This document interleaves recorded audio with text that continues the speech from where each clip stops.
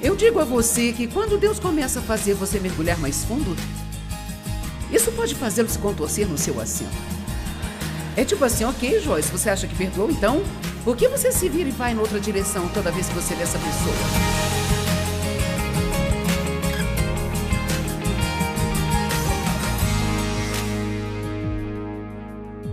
Bem, eu sei que a resposta vai ser sim, mas eu vou perguntar de qualquer forma. Você já foi ferido por alguém? Tiraram vantagem de você? Foi usado, abusado, mentiram sobre ou para você? Foi traído ou enganado? Você realmente já fez muito por alguém, então, quando você precisa, esta pessoa não tem tempo para você? Gente, isso é ruim, não é? Depois de tudo que eu fiz por você. Então eu acho que se eu quiser ser uma cristã de verdade, eu tenho que voltar e dizer, bem, tudo bem, Deus, se eu estou esperando que eles me recompensem pelo que eu fiz, será que eu estava realmente dando quando eu os ajudei? Ou eu estava comprando pontos para que me devessem algo mais tarde? Vamos nos aprofundar hoje nisso, ok? Não, vamos só passar pela superfície desse assunto. Vamos realmente ir fundo em tudo sobre vencer tudo isso. Eu não consigo pensar no exemplo melhor da Bíblia do que José. E talvez você esteja cansado de ouvir sobre como José perdoou seus irmãos, mas, sabe, sua história é tão incrível. Seus irmãos eram invejosos porque ele era o bebezinho do papai. Ele tinha uma túnica especial, muito colorida, e eles não gostavam daquilo. Então, para piorar, ele teve um sonho que ele ia estar acima de todos os irmãos e que eles se curvariam diante dele. Sendo muito jovem, ele era muito ingênuo e não sabia que seria melhor não contar o sonho. Mas o maior erro dele foi apenas a imaturidade. Ele não agiu por mal. Então, eles o odiaram. A Bíblia diz claramente que eles o odiaram, e então eles o venderam como escravo. Eles iam matá-lo e dizer ao seu pai que uma fera selvagem o havia matado. Mas eles acabaram por vendê-lo e disseram ao pai que ele estava morto e eles colocaram um pouco de sangue em sua túnica e a devolveram ao pai. Os comerciantes de escravos o venderam a um homem rico chamado Potifar. E a esposa de Potifar desejou José, sabe? E José era um jovem que mantinha sua integridade para com Deus, não importava o quanto lhe custasse. Eu quero repetir isso. José mantinha sua integridade para com Deus, não importava o quanto lhe custasse pessoalmente. Talvez eu fale mais uma vez. Nós precisamos de pessoas que tenham um padrão de integridade e não abram mão disso, não importa o quanto isto lhes custe.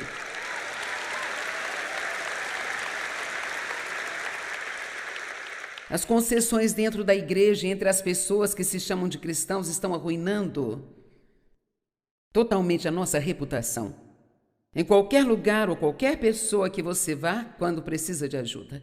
As mesmas pessoas que tentaram você com as concessões são as que vão odiá-lo por isso. Eles querem alguém que se posicione e faça aquilo que é certo. Eles querem um exemplo. Então eu vou repetir. José manteve seu padrão de integridade. E em vez de ir para a cama com ela como ela queria, ele se recusou. Ela mentiu dizendo que ele havia tentado estuprá-la. E Potifar o colocou na prisão, onde ele ficou, eu acho que foi em torno de 13 anos, por algo que ele não fez. Então este rapaz estava tendo uma vida difícil. Então, quando ele estava na prisão, ele conheceu um mordomo e um padeiro que estavam lá por algo que fizeram, e eles tinham sido mordomo e o padeiro da casa de Faraó, e eles queriam se redimir e ter um emprego de volta. Eles tiveram um sonho, José foi capaz de interpretar aquele sonho que eles tiveram, e depois disso acabaram saindo da prisão, e José pediu, não esqueçam de mim. E o que você acha que eles fizeram? Esqueceram dele. E o deixaram ali. Mas Faraó acabou tendo um sonho e José conseguiu interpretar aquele sonho e Faraó o levou para a sua casa E se você estuda a Bíblia, talvez você conheça a história do poço ao palácio. E ele acabou se tornando o segundo no governo. Bem, até que chegou a oportunidade para ele rever os seus irmãos e se vingar. Mas isso não fazia parte do seu DNA. Então, ele os perdoou, cuidou deles pelo resto de suas vidas. E disse algo que todos nós precisamos entender aqui hoje. E às vezes é um pouco difícil de engolir, mas ele disse: o que vocês fizeram para o meu mal, Deus transformou para o meu bem.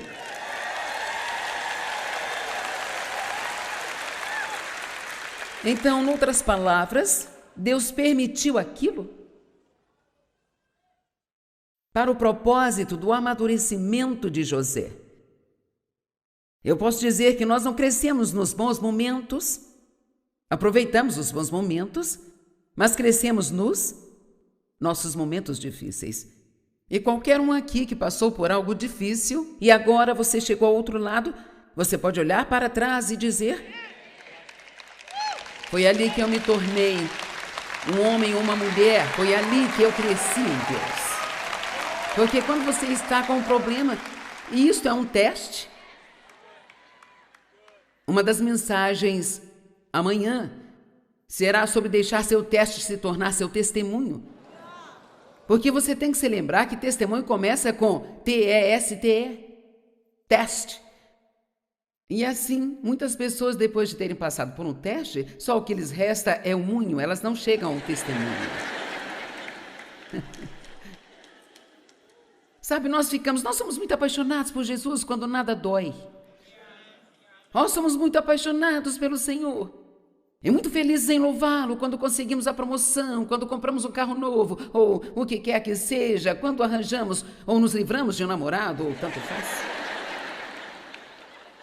Mas Deus vai nos testar, Ele vai nos testar com tempos difíceis. E eu vou te mostrar nas Escrituras para ver se nós guardamos os seus mandamentos ou não. E se nós o amamos tanto no vale quanto no alto das montanhas. E Deus faz isso porque Ele quer usar cada um de nós. Deus tem um plano e um propósito para cada um de vocês. Nenhuma pessoa neste lugar está de fora. Deus tem um plano, Ele precisa de cada um de vocês. Se você pensa que o mundo vai ser salvo por uns poucos pregadores em púlpitos ou algumas pessoas na televisão, você está errado, errado e errado. Porque a maioria das pessoas que precisam de Jesus não estão vindo para a igreja e não estão assistindo a TV cristã. A menos que a TV delas trave, então elas não consigam mudar de canal. Sabe, um rapaz um dia falou comigo, ele disse: Joyce, eu fiquei assustado demais. Ele disse que ele estava muito drogado por volta da meia-noite. Ele ligou a televisão e eu apareci na frente dele. Ele não queria me ouvir, então ele tentou mudar de canal, mas não mudava. Ele disse: o único botão na minha TV que funcionava era o que aumentava o volume. Ele correu, pegou pilhas novas e colocou no seu controle, mas deu na mesma. Ele não conseguia se livrar de mim. Assim que o meu programa terminou, o controle voltou a funcionar. Ele disse que ele bateu os joelhos no chão e começou a se arrepender e foi salvo, sabe?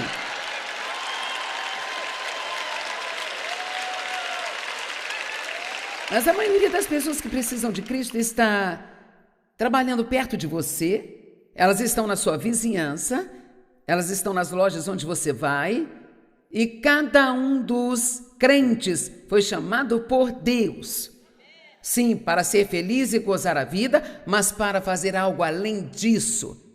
Para compartilhar com as outras pessoas o que Deus fez por você. E se você tem medo, você diz: eu não sei pregar, eu não consigo falar com as pessoas. Para ser honesta, eu acho que nós podemos pregar mais com a nossa boca fechada.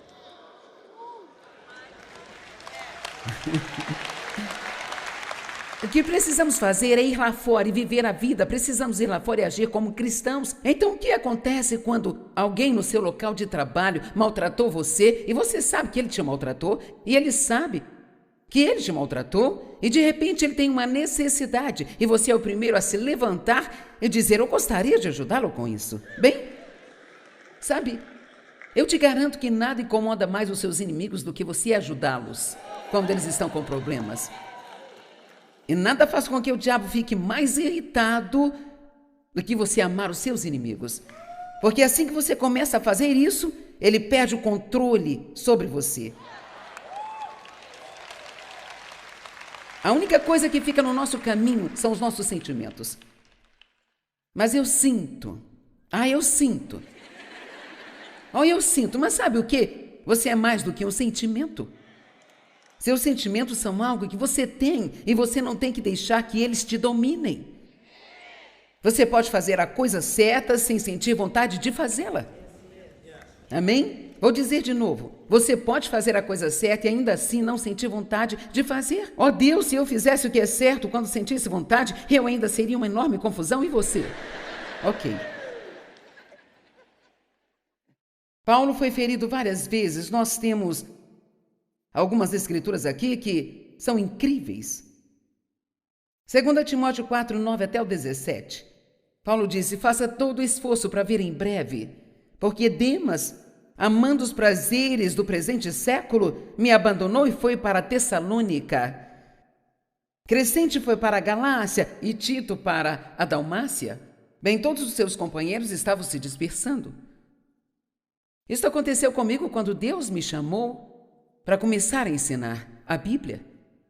Eu estava numa igreja na época que não aceitava as mulheres serem usadas no ministério. Eu não sabia que havia algo errado com isso, porque Deus me chamou e imaginei que eu deveria apenas fazer o que Ele queria. Mas estou te dizendo, os meus amigos se dispersaram. Eles foram em todas as direções e de repente eu era o assunto das fofocas de todo mundo. Fomos convidados a deixar a nossa igreja, perdemos nossos amigos, nossas famílias nos hostilizavam. Se você quer ser usado por Deus, é melhor se preparar e estar pronto para pagar um preço, porque isso nem sempre vem fácil.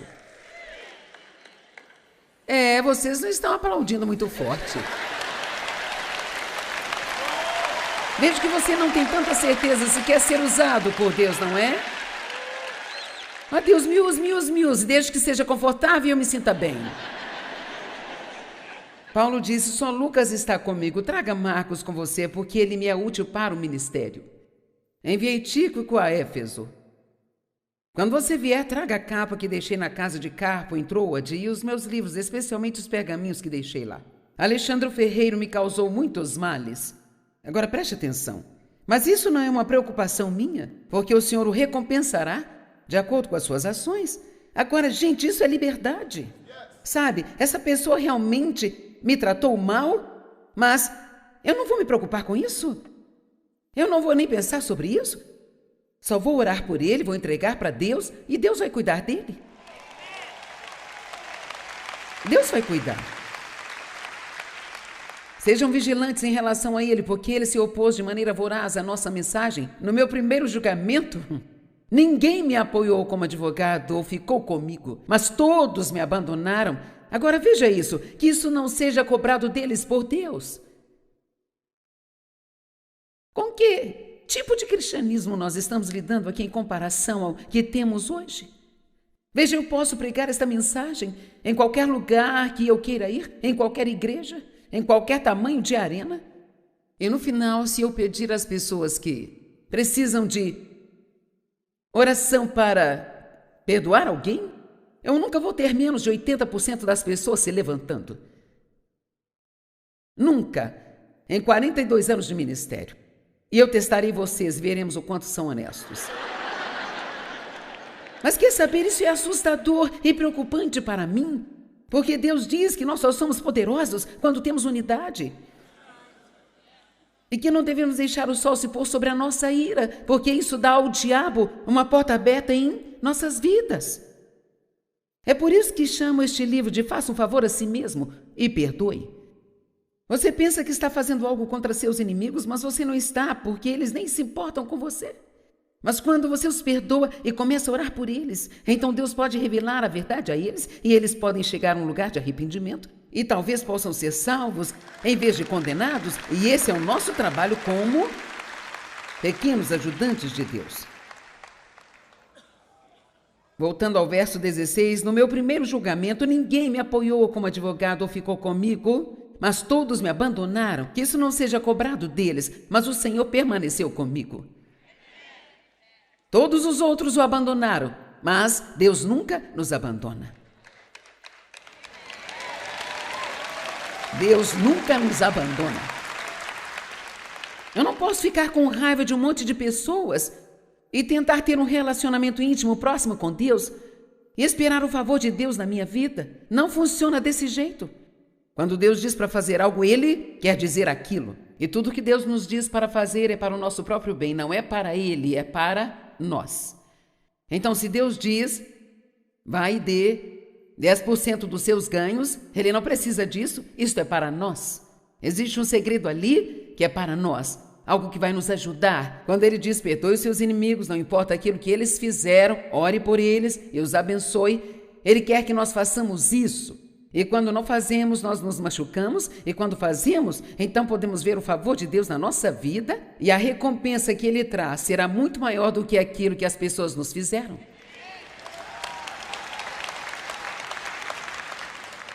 Posso ouvir alguns pensando, mas você não sabe o que eles fizeram comigo? Mas você não sabe o que fizeram comigo. Bem, eu não sei, mas eu sei o que o meu pai fez comigo. E eu sei que eu passei muitos anos odiando a ele, e tudo o que isso fez foi me deixar amarga e difícil de se conviver. E aquilo que você tem por dentro é o que você vai dar para outras pessoas? Vamos lá. Eu disse que o que você tem por dentro é o que você vai dar para outras pessoas. Muitas vezes você nem percebe a amargura, o ressentimento, as atitudes que saem de você. Eu sei que eu não sabia. Eu posso dizer, eu achava que eu tinha perdoado meu pai até que Deus me pediu para ajudá-lo. E eu repreendi a Deus, achando que era o diabo. Sim, eu achei que não havia como Deus me pedir para fazer aquilo. Eles viviam no sudeste do Missouri e Deus disse, traga-os para perto de você. Cuide de sua mãe e de seu pai até que eles morram. Você acha que havia algo em mim que queria fazer isso? Nem sequer uma fibra do meu ser. Queria gastar dinheiro com eles, fazer qualquer coisa por eles, vê-los, dar qualquer coisa para eles. Nada. Mas eu posso te garantir que foi o maior favor que eu já fiz a mim mesma na minha vida inteira. E as pessoas riem quando eu digo isso, mas é verdade, Deus sabe que não há razão para eu mentir. Eles eram bem velhinhos, então eu pensei, bem, vai ser fácil.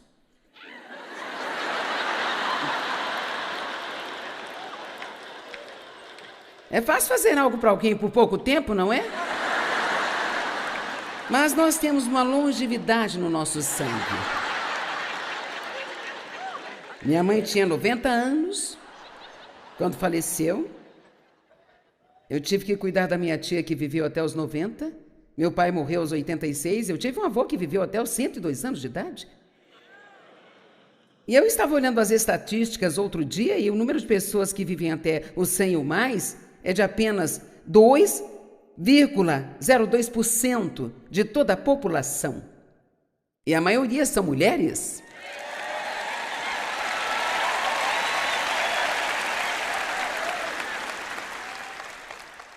Eles dizem que as duas coisas que contribuem para se viver por um longo tempo é se você for mulher e tiver longevidade na sua linhagem de sangue. Então, eu acho que ficarei por aqui por um bom tempo ainda.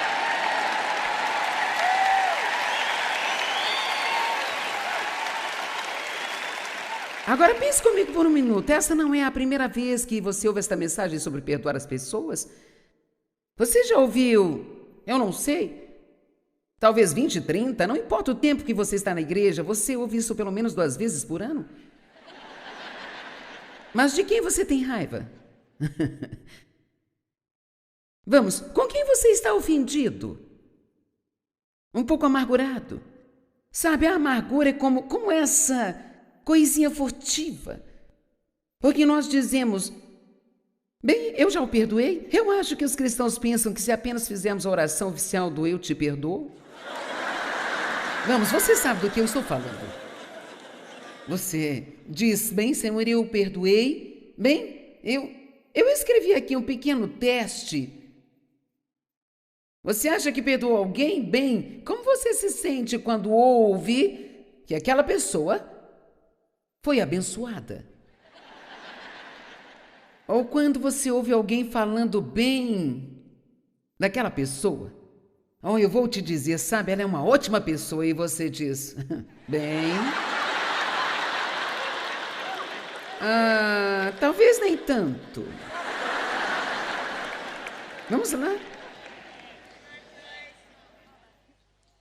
Pessoal, quando Deus começa a te fazer mergulhar mais fundo, isso pode fazer você contorcer no seu assento. É tipo assim, ô Joyce, você acha que perdoou? Então, por que se vira e vai em outra direção toda vez que você vê essa pessoa? Por que a sua pele se arrepia sempre que você ouve que algo de bom aconteceu com ela?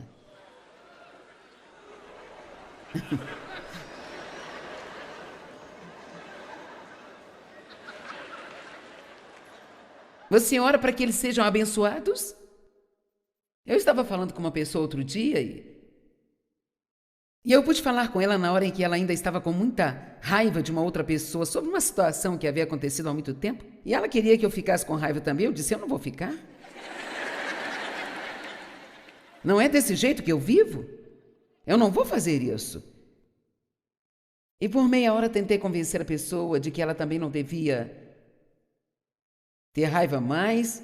E a coisa foi que a pessoa com quem eu estava falando, ela realmente nem havia percebido que ainda tinha a falta de perdão no coração.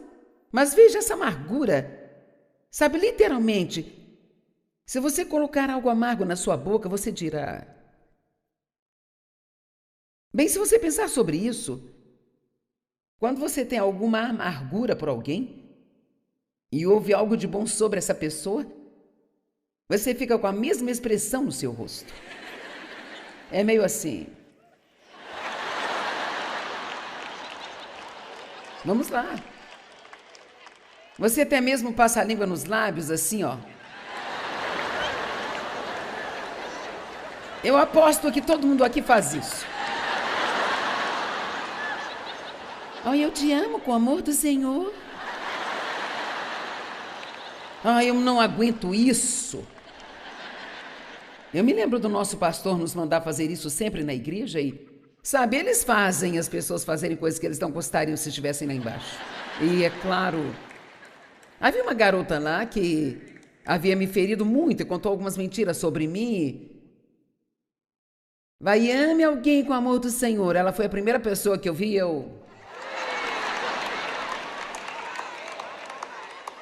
Mas eu ouvi o Espírito Santo dizer, Joyce, supere isso.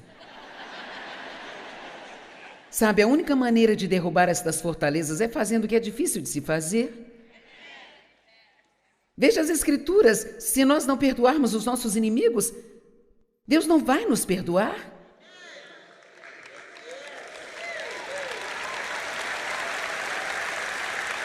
É a palavra mais simples que está em nossas Bíblias. Perdoe-nos como nós perdoamos aos nossos inimigos. Perdoe os nossos pecados, assim como nós perdoamos aqueles que nos ofenderam.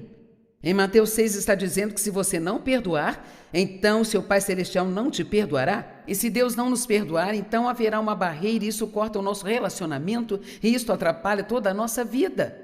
Eu te digo a verdade, eu já estou nisso há anos, eu passei muitos deles com raiva de alguma coisa, sempre há algo do que você pode ter raiva o tempo todo se você não tiver cuidado. Mas não perca mais o seu tempo.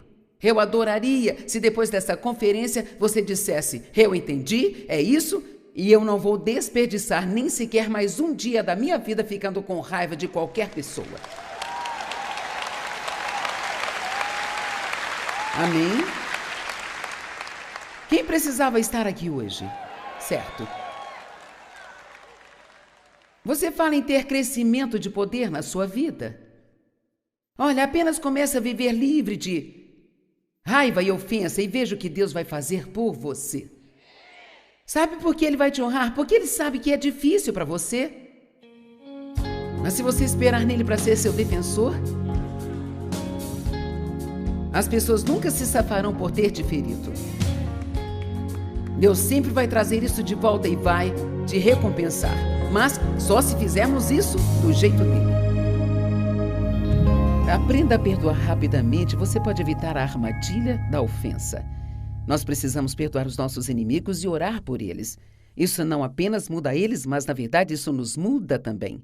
Quando nós liberamos as pessoas, Deus pode lidar com elas. Nós não podemos transformá-las, mas Deus pode.